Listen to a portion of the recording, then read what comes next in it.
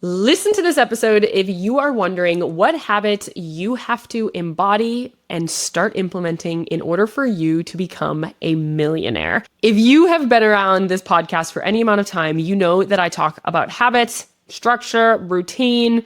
The things that you do most often is what makes your business the way that it is. Today, we are talking about habits of the top 1%, habits of the most successful people, habits that you need to have, perspectives that you need to have in order to become one. I talk about this often. You have to become the person that can make your goals happen. I know that I say this. I know that I've told you my story. I was offended when somebody told me that before. And then I started to take it to heart. I started to make the changes and it actually did really, really work. You know, business, I say this a lot as well. Business growth is the biggest personal growth endeavor you will ever go on. And that is what we're talking about today. We are often the biggest obstacle in our growth journey. Last week, we talked about this on the podcast where I talked about, you know, what I learned as a business owner. And I started to talk about this. People always ask me questions on, okay, what do you really mean? What habits do I actually have to have? And how do I actually go about this? And if we want to ensure our success, our habits are what really makes sense. So today we are breaking down the habits of the most successful 1% and how you can embody them and implement them into your business. I did a bunch of research before this podcast episode, before we recorded, and we are bringing that to you. Before we dive into that, I just want to take 10 quick seconds to say hello. In case you're new here, my name is Madison Page. I am a business growth specialist and I help small businesses turn into brands so they can become the household name that they have always wanted to become. We like to teach in a fun conversational type of way. We put out new episodes every Tuesday and Friday, so make sure that you are subscribed so you get all of that information.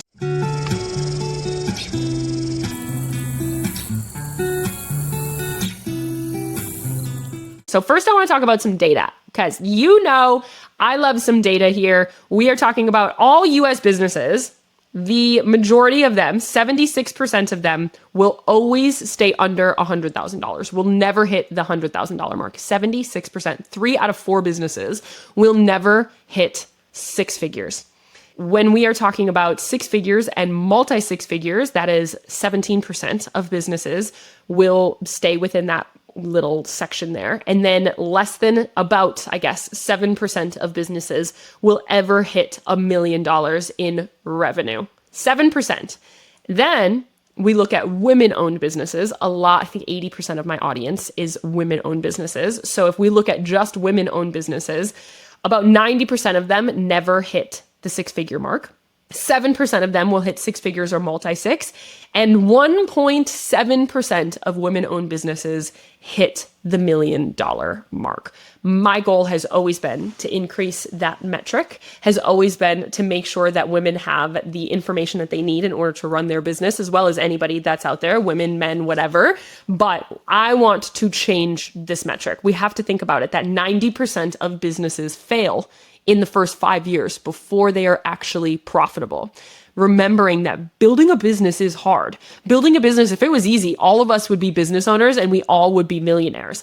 And so understanding that if you want to be in the top 1.7%, you need to take action as if you were in the 1.7%. You need to take action that 1.7% of people are willing to take, that the other 98.3% of people are not willing to take. If you want to be in this category, you have to be willing to do things that the average person is not willing to do. If you want to be successful, that is just how it is. That is just how it works. It is hard to grow a business and many don't make it.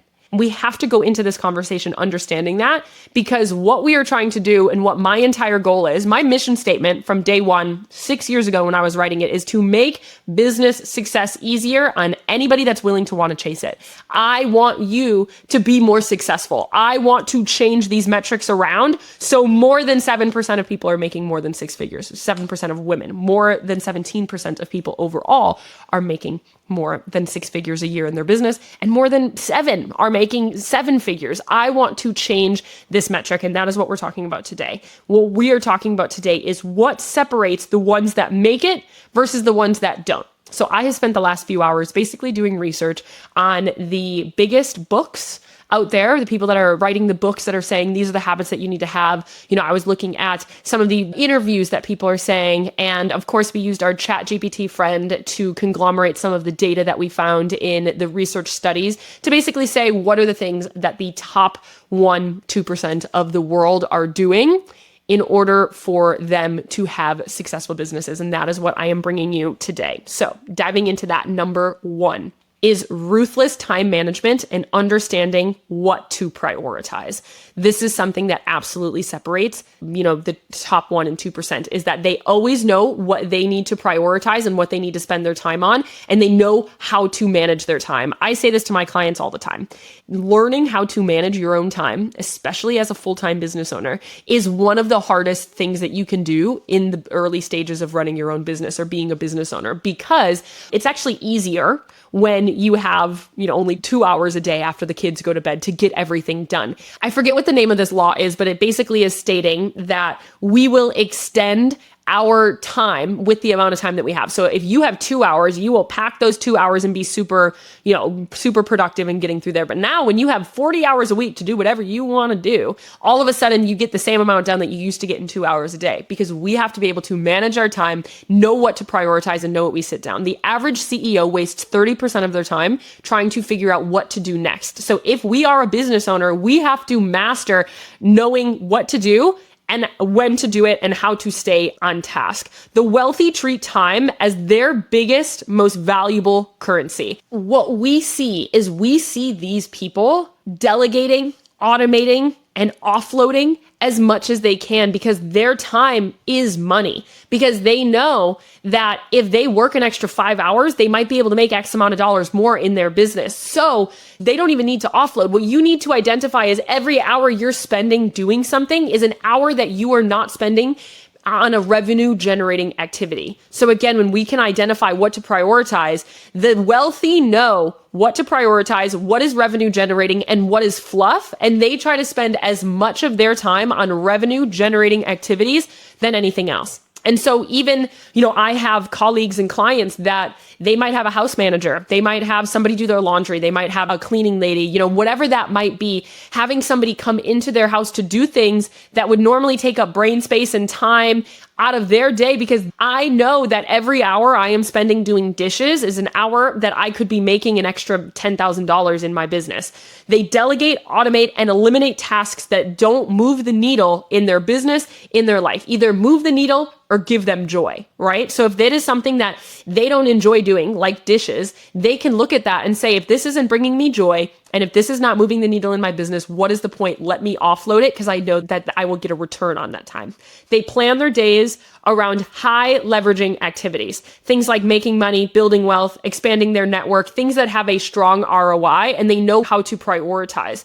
So if we can look at this time management, this is one of the biggest tasks, activities, and habits that we can really work on. Audit your week, audit your time. What are you spending time on that you don't need to? I just bought a brick, which is a device that locks me out of all of my apps and my social media, so I can't scroll during the day. And it's humbling, to say the least, of how much time that I was spending on those that I didn't need to. And now I'm actually spending my time either enjoying my life more or actually building my business more. So I want you to audit your week. What can be outsourced? What can be automated? What can be eliminated so you can focus more on growth activities? Where are you wasting time? What are the things that you're doing that give the strongest ROI on your time? And understanding that your time and your energy are your two most valuable assets. And so we have to hold on to those things very, very strongly. The next one is that they are relentless in learning and self-education. They know that they don't know everything. They know that they have to constantly be learning. 85% plus of millionaires read at least 30 minutes a day, meaning 85% of the wealthiest people in the world read for at least 30 minutes a day, whether that be books, industry insights, biographies, investing, journal entries, research studies, anything that they are doing, they are spending at least 30 minutes a day on growing and becoming better. You can listen to audiobooks instead of podcasts as well. You can do and find different areas in your life that you can consistently learn. These people know that they would rather be the dumbest person in the room because they are learning from everybody else. They are obsessed with staying ahead of the curve, learning new skills, new trends, and new markets. I hear people say this a lot. Mark Cuban is a big one. He was talking about AI the other day on Emma Greed's podcast, Aspire. I love her podcast. And he was saying that I hired somebody to teach me AI as if I was a 25-year-old that is in the middle of the AI world, because I know I need to leverage it. And I know that if I let it slip behind me, it is going to leave. It is going to leave me behind and other people are going to surpass me. They invest in coaches, advisors, masterminds, so they can collapse time, avoid mistakes, and understand that they are staying ahead, because knowledge is power. Again, 85% of millionaires read at least 30 minutes a day. This is a habit that I have added, is at the end of my day, I brick my phone, which means it blocks everything that is wasting my time at the end of the day, scrolling, not adding anything to my life. And I bought a physical book so I don't have to stare at my Kindle or my iPad, because I'm staring at screens all day long. And I am actually reading a physical book for the 30 minutes before I go to bed, instead of, watching a movie, watching a TV show, something like that. This is something that I have added, and it's helped me sleep better. It's helped me feel better. And it's helped me kind of just stay up and up on new information as well. I also switched out listening to podcasts and instead listen to audiobooks, because podcasts are oftentimes kind of more of like the what you need to do, not how you need to do it. And audiobooks are giving you the full picture. And I think that's a really big switch as well, as I listen to a lot more audiobooks than I do podcasts, because podcasts are conversation, but that's for a different purpose than what the audiobook really is for. The next one is that they are obsessed with financial discipline. People that do not look at their numbers, at their bank accounts, and that are afraid of their bank accounts oftentimes cannot generate wealth, because they have a scarcity around their money that they have. They know where their money goes. They sign their checks. They look at every check. They're looking at their own accounting every month. They're looking at what's going out and what's going in. They prioritize investing over spending is another big one. When I do this research and I hear these things of the most successful people in the world, my dad's a financial advisor as well. And so he has told me a lot of these different pieces, is that people that have money think of money in a different way. They think of money as, how can I make this money work for me? Not, where am I spending my money that doesn't make sense? What they are doing is they are saying, what am I spending my money on that is making me more money in return? Again, going back to hiring, let's say, a house manager that is cleaning, doing your dishes, whatever.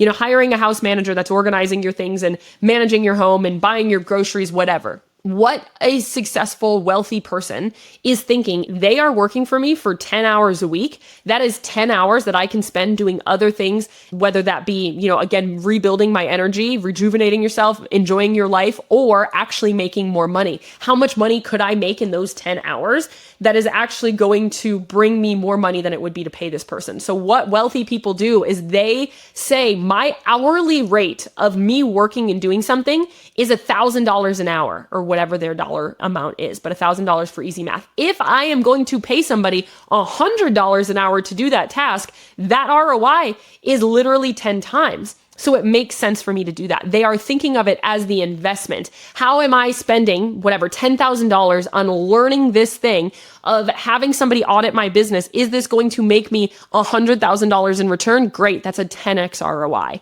That makes sense. They are thinking of spending their money as an investment into things that are actually going to bring them more money. Because, when they say it takes money to make money, is because oftentimes the investments is actually bringing money in return. They also diversify their income streams so money works for them while they sleep, not only from an investment perspective. Wealthy people talk about money a lot. I have been in rooms with multimillionaires all of the time. I have had conversations with very wealthy people, and they know how to make their money make more money for them. They're not letting it sit in a bank account. Their habits are that they get very financially secure. They can talk about money. They don't feel taboo about money, because when you have it, you know how to make it work for you more. Hey, I'm jumping in here for 30 quick seconds for those of you listening and thinking, all right, but how do I actually apply this to my business? Every week here, I share strategies, case studies, growth mistakes to avoid, but your business growth is nuanced. So your business support has to be nuanced as well. That's why all of my support includes me inside of your business, your ideas, your launches, your content, perfecting what you're already building and uncovering your hidden opportunities to scale. This isn't a cookie cutter course. It's a high level personalized support system to help you optimize your brand, your strategy, and every single person your business touches. If you want my eyes and my brain on your branding, your sales, your marketing, and your overall growth plan, click the link in the show notes to apply. Let's see what we can build together. So a takeaway here that we want to look at is automate savings and investing before you spend it. Treat every dollar like it's an investment. How can I use this dollar to make me 10 more dollars? How can I use this dollar to actually make me more money? As well as how can I automate some of these financial situations out there? For me, at the end of every month, 20% of my income goes into an investments folder, goes into an investments, account, and then my financial advisor takes that and invests it. How can you automate some of these processes? So like the out of sight, out of mind in your money situation, that money can continue to build. And how can you think about your money in a different way? How can we shift some of that perspective?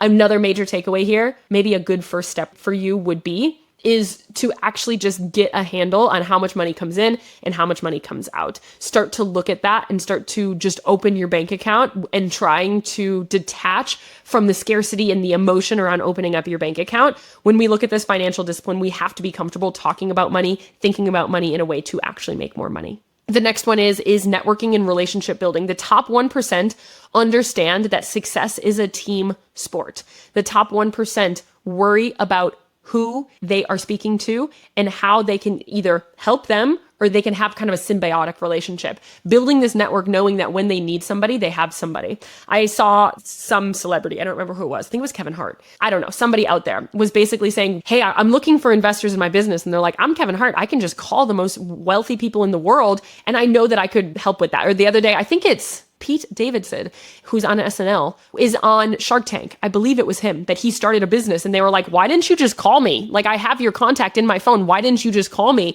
And you can use your network to actually help you build. Again, celebrities, it's a small world. The top 1%, it's a small world. They know each other and they know who to call in order to make that money make more sense for them, in order to make their time, in order to make their ideas come to fruition easier. They intentionally build relationships with people who inspire, challenge, and open doors for them. They get inside of the rooms. They get in bigger rooms all of the time, whether that be I flew to New York City to go to dinner with multimillionaires because I wanted to be in the room with them and I wanted to hear how they spoke, what they talked about, and get them into my network. They're known for giving before asking as well. This is something that I want to emphasize here. Relationship building is not just what can I get from them. If you go into this saying, what information can I get out of them, instead of how can I be of service to them and create an actual relationship. A relationship is a two-way street. You can't create connection with these people and say, I have nothing to give to them. I'm just trying to take. Because the other thing about successful people is they can feel when you're trying to mooch off of them. I have it happen to me very often where people come to me and they're just trying to take. I can tell when people have that, and I can tell when they actually just, they're looking for support and they want to create a relationship with each other. And so, major takeaway here is ask yourself weekly, who did I connect with that added value into my life? How can I get into bigger rooms, bigger spaces? If right now you feel like your current community, your current circle of friends, if you are the most ambitious in your circle of friends, we need to find another circle of friends for you to be able to have some of these big ambitious relationships with. You have to know that you're adding value first to these people's lives. You have to know how to get in front of them, and you have to make it intentional. If it is not naturally within your circle to be around people that are ambitious and have big goals and, have a project going on, you have to put yourself in that room because that is what the top 1% does. The next one I think is really important is that they are relentless with their own personal growth and personal health. You have to take your health and your energy habits very seriously. And this is something that if you have been a part of my world for a long time, you know that I talk about this, is that health directly impacts your business. Your mental space directly impacts your business. How you feel as a person, how fulfilled you are outside of your business fulfills you personally as well. Your rest, your time away, your pouring back into yourself is not time that does not have an ROI in your business. There is a direct ROI to rest in your business. There is a direct ROI, and it is productive to have rest. Rest is not something that is just like a sunk cost. Rest is not a luxury. It actually does add productivity onto your life. The most successful people see health as fuel for success. Workout, sleep, nutrition, mindfulness, personal growth. They see that if they are a better person, they need to operate at peak performance. They need to be able to say, how can I be better? How am I holding myself back? How can I be more productive? I have found this, again, if you've been in my world for a while, I talk about I have a lot of hormonal issues. All right. I have PCOS. I have other kind of just things that I have been working through for a lot of years. And I have found that as I have managed my own health issues, my business has actually grown as well. Because if you have any idea with PCOS, hormonal issues, I had weeks where I can barely function years ago, where I could barely function. My brain was so foggy and I wasn't operating at my highest potential. I have found supplements. I have found nutrition. I have found movement. I have found ways to manage these symptoms. And I am an actual better business owner because I do that. Many successful people meditate, journal, have practices to manage stress, think clearly. You know what they also have is hobbies and fulfillment outside of business, whether that be family, whether that be hobbies, whether that be a creative act, whether that be mindfulness is kind of one of their hobbies. They take their time away seriously in order to be present, reduce stress, reduce the nervous system havoc that they have, because running a business is hard on us. It is stressful. You can't have control over it. So what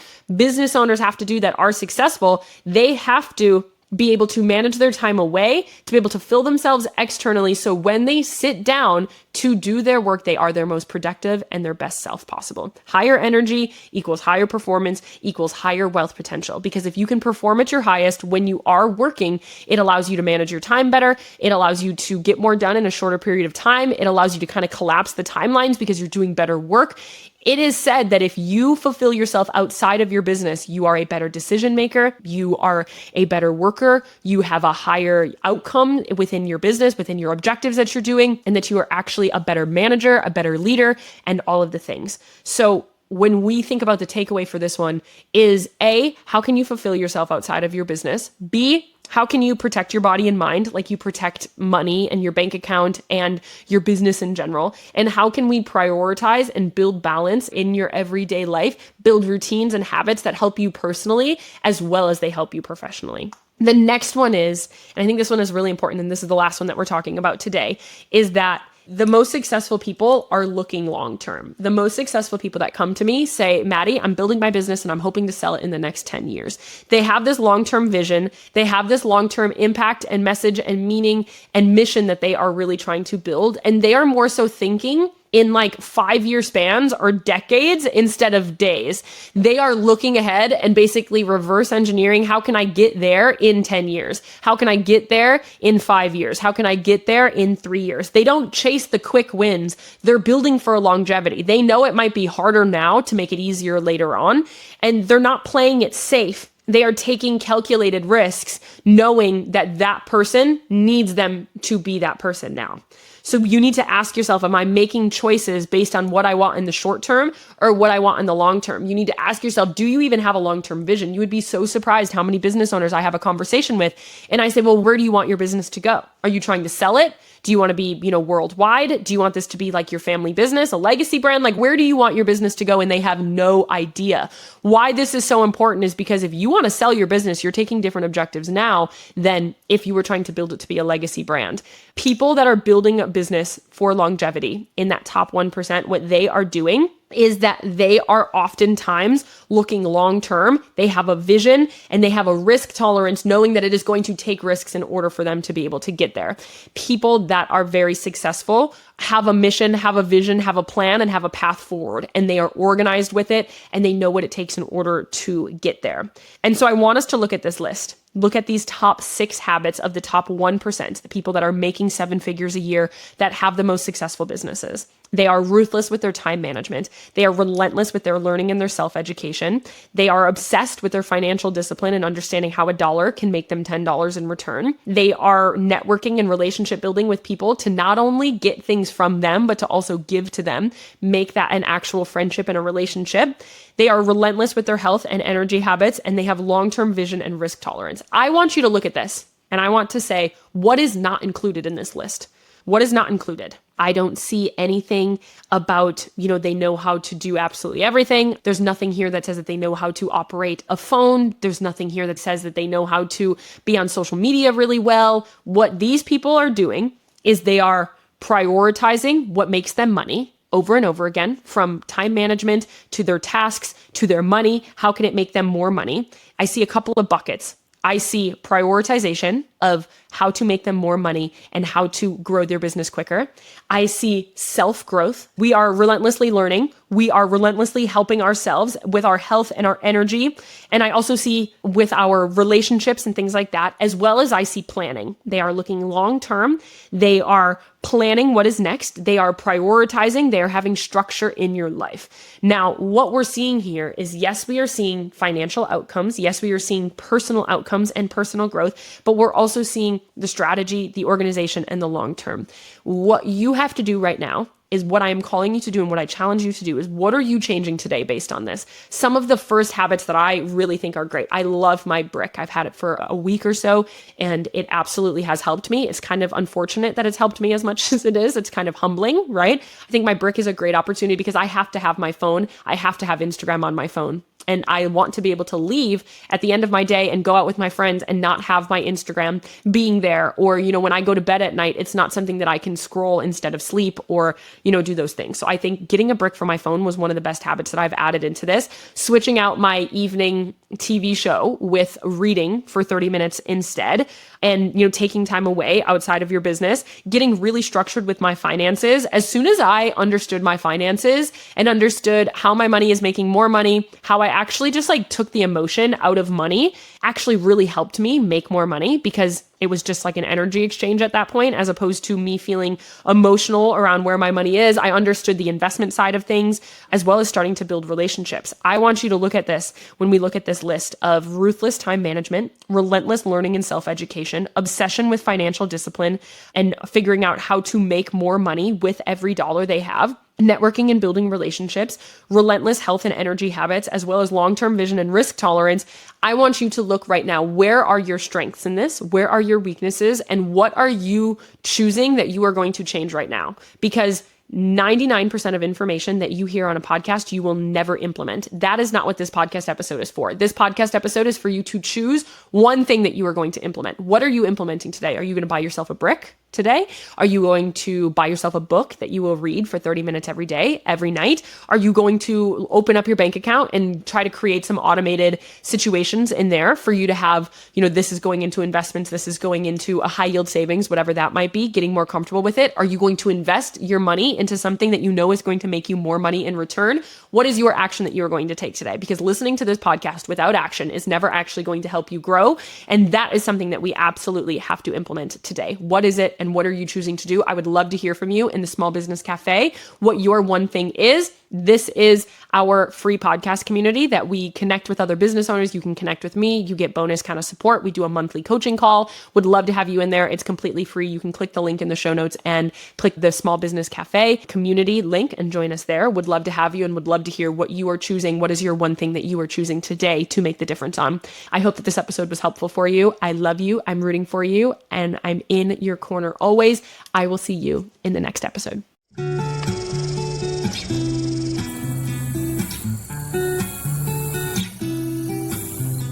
If you found today's episode helpful and are looking for more tangible ways to grow your business, make sure you are subscribed to the show. If you want to dive deeper into this topic more, click the link in the show notes and join our completely free podcast community, where we dive into every single podcast topic, as well as give some bonus support and free coaching calls. And finally, if you are interested in getting my eyes on your business to find your hidden opportunities to scale, apply to work with me one-on-one in the show notes or on our website. Remember, it's not enough to listen. Don't forget to implement too. I love ya. I'll see you in the next episode.